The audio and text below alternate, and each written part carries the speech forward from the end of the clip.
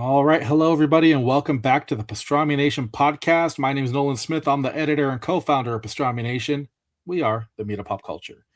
I'm excited today because we have an interview with somebody who is embarking on their journey in creating a graphic novel, and they're going to launch it via Kickstarter. Um, if you've seen me throughout the years, you know how much I love graphic novels. I love sequential art. So I'm very excited to have Jeff Treppel here with me to talk about his brand new project coming to Kickstarter, Waypoint. Welcome, Jeff. Hello. Thanks for having me. Excited to talk to you. So I know Waypoint starts on July 14th. Super exciting. So I've got to ask you, what was the moment that made you say, I have to tell this story? At the time, it's the genesis of this was about 10 years ago. At the time, I was working a lot on shows like Ben 10 and Mega Man with the Man of Action guys, which was, incredible experience. And if people watching aren't familiar with them, it's Stephen T. Siegel, Joe Kelly, Joe Casey, and Duncan Rouleau, which is about as good a collection of comic writers as you're going to find. So I was working with them on it, and I was sort of like, well, I've been doing stuff in Hollywood for a bit. I worked on a lot of IP stuff. Some got made, some didn't. And I was at the point where I wanted to. I don't know how familiar a lot of people are with the Hollywood process, but original stuff is not easy to get made. And I was at the point where, like, well, like you said, I want to start telling my own stories, and having this wealth of knowledge around me, I was like, maybe comics are a good medium for that. And it all comes back to, like, it's put the stories you want to see into the world, right? And growing up, the things I loved were Hitchhiker's Guide to the Galaxy, Isaac Asimov books, Raymond Chandler stories, Doctor Who, stuff like that. Even because I was born in the early 80s, so I grew up at the time when a lot of the cartoons on TV were sci-fi, even if it was light sci-fi, like Transformers or X-Men or science fiction shows. And you had weird one-off stuff like Bucky O'Hare, but which for whatever reason still stuck with me, right? I love Bucky O'Hare. Yeah, it's like as a kid, you're like, what is this? And I'm sure that not with me, but I'm sure with a lot of people that unlocked a few other things, some furriness, but it was at the time I was inundated with all this science fiction stuff, and I loved that. I loved mystery stories. Like I said, Sherlock Holmes, Raymond Chandler, I would just devour that stuff. And so when it came time to come up with my own thing, I was like, well, what do I like?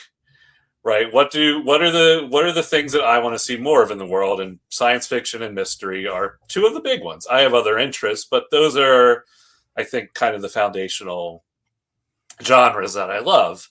But of course, then it's like, I don't want to just tell a science fiction mystery, because we've seen a lot of those. And one of Steve Siegel's big pieces of advice is write who you are. And I think I didn't necessarily realize this at the time. Like now looking back, I'm like, okay, this is why I was telling this story. But at the time I was feeling kind of burned out. I was feeling a little isolated, kind of depressed. Like the film industry is, for better or worse, it's brutal, right? Like from the outside, you're like, oh, it's Hollywood, it's glamorous. But if you're in the trenches, if you're doing, the episode by episode cartoon stuff, it's a grind. And I was feeling, I had some projects I'd been burned on, stuff like that. I was like, and so I think kind of subconsciously, I was like, how do I take what I'm feeling right now and put that into a story that somebody would actually want to read? Because, right, nobody wants to, unless it's Sunset Boulevard, nobody wants to read a story about a depressed screenwriter. So the character of Claire Carlisle, my detective, is in a lot of ways encompasses those feelings that I was having at the time, but in the form of a lonely detective on a space station. The way I kind of like to describe it is, what if Trillian from Hitchhiker's Guide wound up stuck in a Raymond Chandler plot instead of a farce like she did. So that was kind of the genesis of it. I had a few things I wanted to use I've talked about this a few other places, like in my newsletter and stuff, but the nice thing about science fiction is it lets you deal with the real world in a way that's not, this is about, what's happening in Washington or whatever, right? So you can make statements about, trends that you may not like in the overall society. You can, like, again, going back to X-Men, you can make strong statements about bigotry and things like that in ways that are not just a one-to-one. So it was a chance for me to get out, because again, this was 10 years ago, so this was 2016, and there was a lot of stuff. Whichever side of the political spectrum you were on, there was a lot of stuff going on. And so I had things I wanted to say about it. So it provided me a way to express my feelings about kind of the way that it's an old, again, going back to the cartoon stuff, when you're writing a cartoon, you have to really boil down the message into something simple. Like, so a lot of them wind up to be like, teamwork makes the dream work, stuff like that. Or like Steve Siegel calls them fortune cookie descriptions. So like, and you take something like absolute power corrupts absolutely. And it's been done before, but it's true. And so I wanted to explore kind of things like that, but from the perspective of somebody who not necessarily didn't care, but was trying to do her own thing, right? Like, I wanted to foreground the fun of Claire's journey and her adventure while still talking about these things in a background that didn't feel like strident or too like, this is what I'm saying, flashing red lights, etc. Right. So that's I know it's a long-winded way to say it, but that's kind of where it's at. And also, mystery stories are just fun. It's fun to come no up argument with. there. Yeah. Who doesn't like a good mystery story, right? No, it sounds like it comes from good roots. Like, I love all the inspiration that you mentioned, because I mean, that if we're going to see that into the story, like, it sounds like it's going to be really enjoyable. So I'm going to ask you, if you had to take a Waypoint and describe it to somebody who has no idea, never heard of it, never saw anything about it, and you only had 1 minute to do it, how would you describe it to them? How would you hook them on it? Waypoint is the story of Detective Claire Carlisle, the only human on an alien space station who has to solve an impossible murder or get sent back to the worst place in the universe, Earth. That's the log line that I like for it. I should have said log line. My education's in the entertainment industry, but I don't use it all the time in comic books. But you're right, that's exactly what it is. It's that line to hook you. I love that. I think it's so compact and impactful. It makes you want to read it because you're like, oh, I'm on Earth. Why is this so bad? And this is actually a little less than, again, a lot of the stuff I learned from my mentor, Steve, but one of the big things he said about making log lines, and this is, if you're watching this and you have a comic you want to pitch to people, like, what you do is, it's a real simple structure. It's character, conflict, consequence. You do those three things in that order, and that gets people hooked. I don't know what it is about it, but like, because I've had people pitch comics to me, and they're like, oh, it's a really fun thing that it takes place on like a kingdom on floating islands in the sky, and I'm like, cool, that's a great setting. Like, that's a really fun setting, but who's the character? What are they facing, and what happens if they fail? I think that's really good advice, because it also boils it down to that whole, like, the archetypes of the hero's journey and the story. Like, that's what, as humans, we want. We want to know, like, what's the challenge, like what's the consequence, what's the near death. So I really like that. That's a gold piece of advice. Thank you. I know people watching this, at least some of them, they'll be like, yeah, I'm writing a comic book right now, I'd love to try that out. So appreciate that, sir.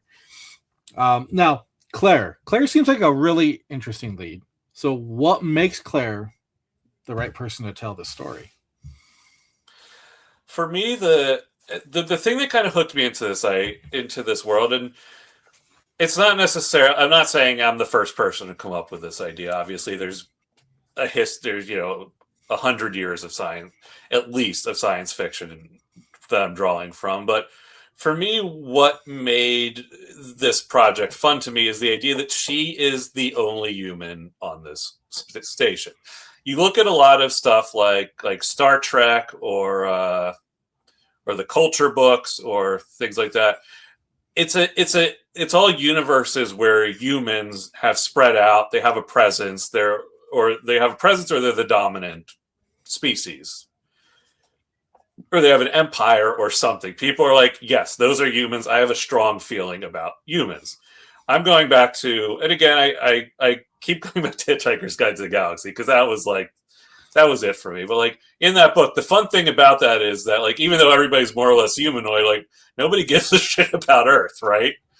So for me, the fun of that is like you take this person and you put them in this place where it's a double-edged sword for them, because on the one hand, like they don't know much about what's going on.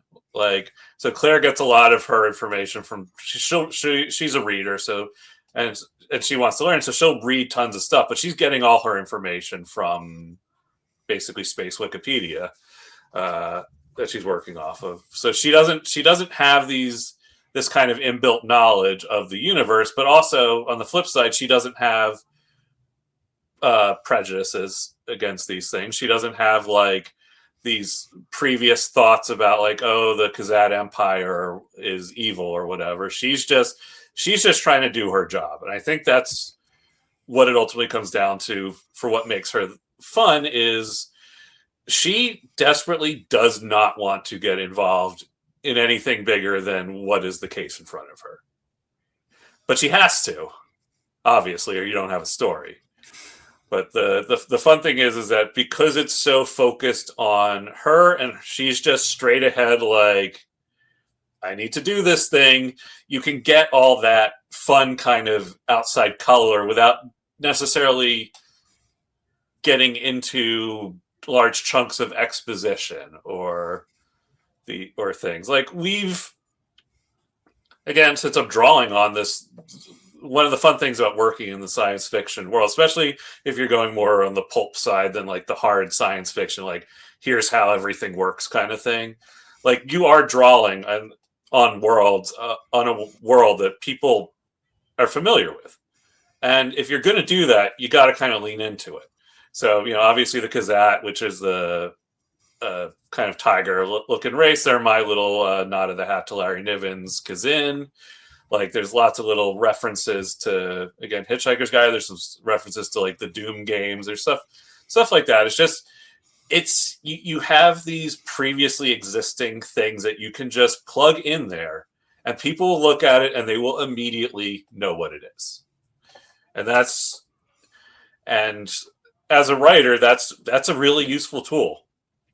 John Rogers, who was the creator of the show Leverage and co-created the Jamie Reyes Blue Beetle, I worked with him on some stuff, and his whole thing is he likes to describe. And if you don't follow him on I think he's mostly on Blue Sky, he has a wealth of information. But like his whole thing is he describes tropes as like guitar riffs or chords, right? It's like you're working with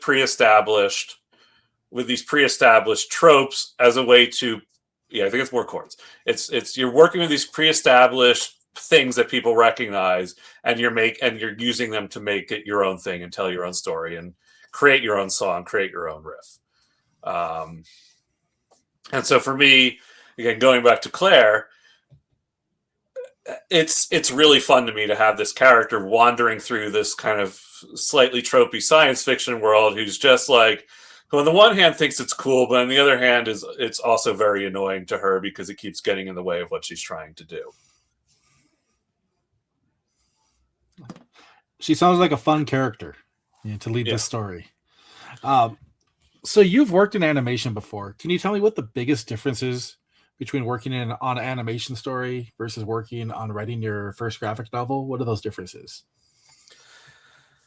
I think the weird thing is that there's a huge, like it is literally almost an overlapping circle for the skill sets you need. You look at like, you just look at how many comic writers crossed over to cartoons and vice versa. I mean, Dwayne McDuffie, Marv Wolfman, the Man of Action guys, like Noel Stevenson, like the list is like, it's basically just an open door. Because what the key to it is that you are directly collaborating. You are essentially, when you're writing like a feature screenplay spec, you're writing something that is meant to be, to essentially, it's trying to sell itself while like it's while trying to tell the story. Like you're trying to, like, you want an executive to pick up the script and be able to see that movie in their head, like in an executive kind of way. Right. Whereas with comics and animation, you are specifically speaking to the storyboard artist or the penciler / inker. So in this case, my artist, Jacob Wisniewski, he's Polish, great dude, fantastic artist, super nice. I've probably been mispronouncing his name all over the place, and I feel terrible about it. I was essentially writing for an audience of one. Which is the same thing with essentially cartoons. You're writing for the storyboard artist, right? You're writing for this person to take your words and translate them into pictures. So I think that's why the crossover is fairly easy, because again, when you're writing for live action, a director's going to take your material and they're going to do really cool stuff with it, but you're not necessarily supposed to put like angles and cuts and stuff in the script unless it's plays to the story. You're giving it as it's a blueprint for somebody to pick up and interpret, and the director's going to do their own cool thing with it, and the actors are going to do their own cool thing with it. In this case, you're like going, hello, single artist, or if you have multiple, if you have a penciler or inker or color multiple guys, you're like, here is what I want, here is my brain trying to get to yours. And it's a similar thing with animation. The difference comes in the linearity of it all. In animation and also live action, of course, you press play on the thing and it goes. It is purely chronological, 1-to-1. With a comic, you have space to play with how you want it to look on the page, how you want to convey that motion, what little details you want that people might not pick up, because you can get away with a lot more subtle little stuff in a comic than you can in a cartoon where it's just going. Like, I watched the premiere of the new Ghost in the Shell adaptation last night, and it's really freaking cool, but it's just like zoom, zoom, zoom, zoom, zoom, zoom, zoom, like to the point where I'm probably gonna have to rewatch it to catch everything. Whereas the manga, you can pick up, you can admire the detail and stuff like that, and like kind of see how Shiro did his version of making the motion. So the motion is obviously easier in animation than it is in comics and capturing that, but the linearity, being able to play with that temporal and visual space in comics is a really interesting challenge. And it's one of the actually big challenges I had with the first issue, at least. Once I did because it's all, for the viewers to know, it is 4 issues of the comic. They're all completed. They're done. When you back the Kickstarter, like, it's literally just, I am doing this so I can get money to print the thing. Like, it's done. So the first issue was the first thing I did. That was pre-pandemic. The story, to go back a little to like what you're saying, how did I do this, or what led to this story, is I did that first issue, and I was like, shopping it around. Then the pandemic hit, everything stopped. I was like, you know what? I'm sitting here in my house with my cat yelling at me. I'm just going to write the rest of the thing and see what happens, right? So, but it was kind of like I wrote the first issue, and then I figured out how to condense the rest of the story I wanted to tell into 3 more issues for budget and time sake. But the first issue, the tricky thing that I didn't realize, because I was looking at it all when I was getting the PDFs from Jacob, or the pages from Jacob, I was looking on my iPad, right? So I didn't know what page turns. Like, I knew what page turns were. I didn't quite grab the significance of page turns with that first issue. And there's some stuff we did with, if you get the trade paperback, we've put in some stuff so that the first issue will have good page turns in it. But like, getting that big surprise on the page turn was not something I was necessarily thinking about with that first issue, even though, again, it's something that when you're reading the comic, you're like, oh yeah, of course there's going to be a cool thing when I turn the page.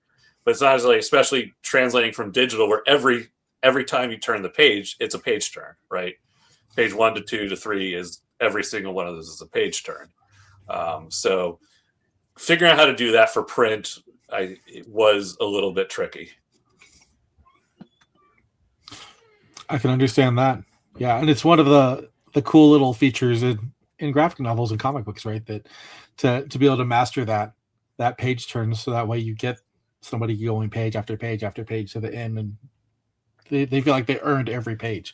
So I love that. I love your explanation on it. And it's unique to the medium. You don't get page turns in animation. You have cuts, but you don't have that.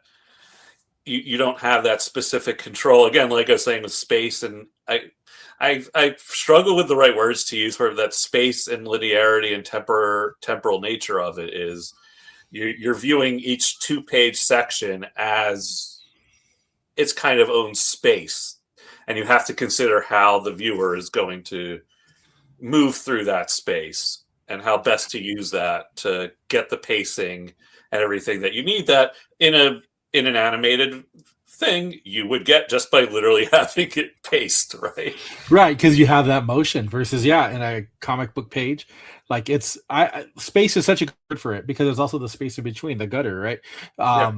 Like, what happens in between each panel is really up to the reader. So, but by how they want to read it and the speed they want to go at, like, it's something to be able to dictate that and try to say, like, okay, well, I'm going to make these panels show faster motion, maybe like longer panels, and like you see in a manga. And it's just so cool. It's one of the cool things of sequential art. It's my favorite art form. So super cool. One of the books that I keep thinking about how he does action is Gunsmith Cats, which is, I don't know if you've ever read that manga, but like the way I've come across it. I've come across it. Yes. Yeah. There's some stuff in it that hasn't aged well, but the action scenes in that, the way he does it on the page is unlike anything I've ever seen. It's incredible. Like, it takes a minute for your brain to realize what he's doing, and then you're like, oh my god, this guy is translating a cinematic car chase onto a piece of paper.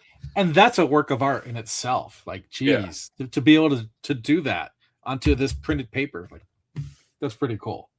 Yeah.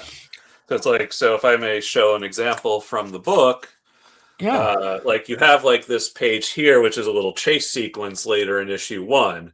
And so, like, most of the book it's 3 to 6 panels on each page. And this one, I was like, I wanted a really fast little, like, chase of Claire and the suspect. So I was like, okay, I'm going to do, I forget how many panels that is, but like 9 or 10 panels, and just really use that to convey this, like, kind of almost parkour type little action sequence. It works so well because it brings that urgency and the speed into it. And I mean, your eye kind of just goes automatically because you're like, oh, all these panels, but that's what you want. You want to create that. So that's really cool. I can't wait to check it out once it launches. That's going to be super cool. Now, as readers get ready to jump into the Kickstarter campaign, what are you most excited for them to experience when they finally read Waypoint? Well, one of the things that I'm really excited about is that Jacob's art got, like, exponentially better as it went on. And we can't show a lot of the later art because it is a mystery story. And we don't want to necessarily give stuff away. But, like, the first issue, like, looks great. And then, like, after that, he really locked into the world of the characters. And it's got this great kind of almost European cartoon look to it. Like, Heavy Metal is one of my Oh, favorite heck yeah. things. The both the genre and the magazine and the like that kind of look, and he really kind of locks into that vibe, and like it's super cool. He's doing some super cool stuff. So I'm really excited for people when they pick up the book to be like, okay, this first issue looks really cool, and then like as they go on, be like, oh my god, this is amazing. I also, one of the things that was really important to me is as you can tell from me rambling about it, I love the process, right? Because I've been thinking about it a lot lately, and we've been forced to think about it because of the AI situation right now, right? Is what makes, if a computer can take this prompt that you do and turn it into a full-fledged picture, what is it that makes that not art versus what is it that makes Waypoint, for example, art? And I think ultimately what it comes down to, for me at least, and people are free to disagree. You can find me on social media and yell at me, but for me, it's about the process. It's about the choices that you make every step of the way. Like an AI shortcuts that. Like it takes it from just here's a few words, and then I'm going to smush something together from, let's be honest, a bunch of art that it has taken from previously made human stuff that it slightly changed. So to me, the process of it is really important, and I want the reader to see that process. I want the reader to be like, okay, when Jeff was making this book, because I think that that's something we're so inundated, and that's something, and it's something that I've thought about a lot during the process of producing this book, not just the writing and the having the art, but the actual production process of this book is the amount of effort it took to write and get the art again. Like if you're self-publishing and stuff, it's a lot of work. And so for me, what's been really interesting to me personally is the process of putting it together. And so we take things for granted because you can go on. Is Comixology Unlimited still a thing? Did that die? I think so. I think it's still there.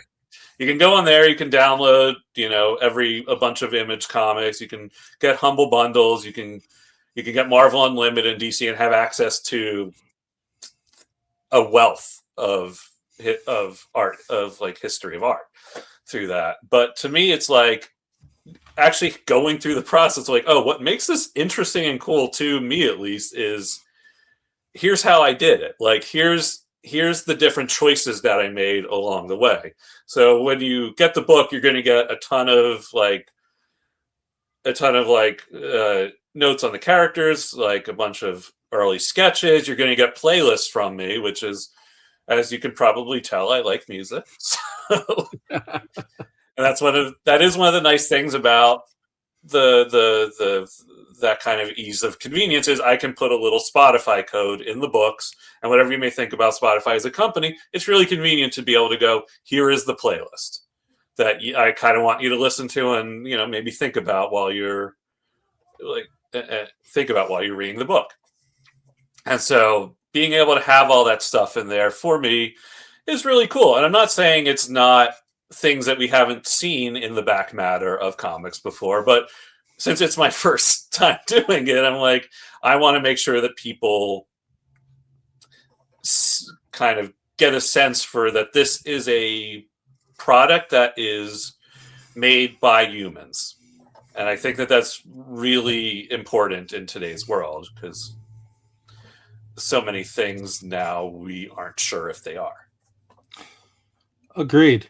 And for if somebody hasn't gone through the process in making their own comic book and whatnot, it's grueling. 20 years ago I did it, and there's so much that goes into it. So in a world where you can just put a prompt and get it to spit out a story with art and whatnot, it doesn't have the heart. It doesn't have what the writer possesses. It doesn't have the art and the inker and the letterer. All of those are art forms in their own. So I really appreciate that you're including that back matter in there because it's super important to see and to see the journey because that's where you see the passion come from. And Chat GPT isn't going to have that passion ever. Why it's interesting looking at Picasso's sketches, right? Like you look at them and you see how it went from, here's a little doodle on a napkin to here's this amazing piece of art. Like, to me, that's part of the fun of, like, I love museums. I love going to museums, and that's a big part of it, is learning, like, especially if it's a well curated exhibit, you know, they'll have little, like, oh, here's some of the pictures, like some of the reference stuff. Like, that stuff is all, that's catnip for me as an artist. But, like, yeah, I mean, when you're doing a book, like, again, and these are things that, like, you can learn, but it's not necessarily things you think about. Like, when I first did an 8-page preview, so I could, like, kind of bring it to cons and show it to people. And I showed it to Jim Zub, had a booth, and I dig his stuff, and he was kind enough to take a look at the pages. And his first note was, Jacob had done the lettering, and he looked at the lettering, and he was like, "You need to hire a letterer." Right? And so I was like, okay, I'm going to go hire a letterer. And you don't necessarily realize, like, with lettering, and this, you've probably had other guests who have said this too, but with lettering, if it's great, nobody will notice it. If it's bad, people will notice it immediately. If it's not made by an actual letterer, they will notice. Yeah. Like, it is not just dropping a text box in there. I think a lot of people think, like, oh, no, you just put it in there. It's not. The kerning and the space and everything, like, they are so good at it. Like, it is an art form in itself. And, like, so many, I can't even name them all, but they're amazing. So yeah, I completely agree. From the lettering to the inking, the penciler, the writer, like, it all has to be in sync. It all has to show through. And by seeing the page that you showed me, like, I'm interested. I want to give it a shot and see where this journey goes. Yeah, and our letterer, who likes to go by the name HDE, I learned a lot from him doing it. And honestly, like, Jacob's process of doing the art is really cool. I mean, you saw the preview, you've seen how, like, weird and striking the colors are. Like, he did the penciling, he did the inking, he did the art. He does it all digitally, but like we're going to have obviously some of the early pencils, but the jump from, like, the way he layers everything to give it that really cool kind of hazy cyberpunk type almost look is, I'm like, man, like, it's one of those things where it's, and I've talked about this in a few other podcasts, but, like, I found him on Twitter, and it's one of those things where it's just like, he had posted some, like, sample work to somebody else, and some other comic creator had been like, post your samples. I saw it, and it was like, just immediately, like, I had a vague idea in my head of what I wanted the book to look like, but as soon as I saw his work, I was like, that's the guy. Like, that's him. And so cool. His process is really cool. And, like, and we're going to also have my buddy Dane Styler, who worked as kind of the editor on the project. He's putting together a whole, like, little zine that you can get as an add-on, like an ashcan size thing that's going to have a lot more of the process stuff, like some original script pages. He's actually also, I was like, I have all these handwritten notes that I had sent to Jacob because he had messaged me while I was on vacation on a tropical island, being like, hey, can you give me some, like, background on these characters and the world and everything so I can really make it happen? And so I hand wrote it on a notepad I had with me. So we're going to put those original notepad pages in there so you can see my gorgeous writing and kind of see that thing. And also we're going to include, going back to the musical aspect, we're also going to include some of my, one of the things I do, because as a freelance writer, you need to, as you're a journalist, you understand. Yes. One of the things I do is I write about music. It's a thing I started doing for fun, and then people started wanting to pay me for it. So I was like, cool. So we took a lot of reviews that I had written for an archival site called The Shuffle, which I did have permission to do, and we reprinted that had to do with the playlist I put together, or general, like, what I was listening to or inspired me for it. And we compiled all of those reviews in it. So it's also sort of like hey, here's also a guide to some cool music that you might not have heard. That's super cool. That's going to be in the zine? That's going to be in the zine, yeah. I love a good zine, so that's going to be a must. It's also going to have the That's story of how I went from a title that everybody hated to the current title, which people seem okay with. oh yeah, I know your pain on that. I've had projects where I've had a title and I thought it was perfect. Everybody was like, "That is the stupidest thing I ever heard of," and I had an instructor like work with me for 8 hours straight, and finally we're like, "Okay, this one," and he's like, "Yeah, that one." So I understand. I understand that. Yeah, for years, Steve would sit whenever I'd mention the name of the comic to Steve, he'd be like, "Change the title." And when it's coming from him, I mean, he's one Yeah. of the biggest names out there. So no, that's so cool. I know that your Kickstarter kicks off July 14th. Everybody make sure you go check out Waypoint on Kickstarter. Jeff, where can they find you online, on social media? The easiest places are Blue Sky and Instagram under my name. You can go to jefftreppel.com. That has the links to all the major things I'm working on, including the Kickstarter and my weekly newsletter, which I kind of need which I just realized I need to send out, called Hot Rails to Hell, which is one of my favorite Blue Oyster Cult songs. They're one of my favorite bands. So that one, I talk a lot about the process of having made this book and my thoughts on kind of creativity and yes, AI, because you can't escape it, and music reviews and stuff. So you can find all this stuff at jefftreppel.com. I just redid it to be all spiffy, look very modern and everything. So there you go. So go check out jefftreppel.com. I got to subscribe to that newsletter because that sounds fun. And yeah, make sure you are on board July 14th. Check out Waypoint on Kickstarter. Jeff, thank you so much for being here. And thank you for telling us about this project. Super excited to see how it turns out. I am too. Awesome. Thank you and have a good night. You too.